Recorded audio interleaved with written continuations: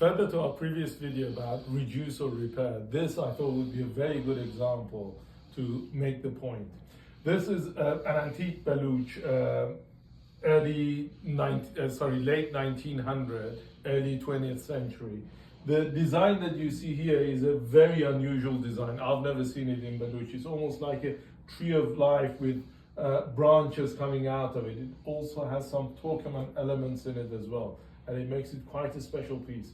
The problem is we have a lot of damage down here, and we have damage here as well, and to the sides altogether. Most of the damage is around the edge. Now, we can repair this, which would be very, very costly, and it wouldn't make commercial sense in no way at all.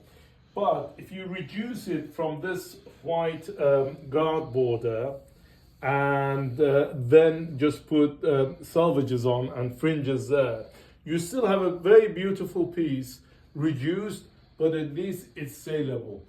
And that is why sometimes you have to make the sacrifice and get rid of some of the rug to save the main part, which then is a nice piece for anybody to have. Again, I would like to know what you think.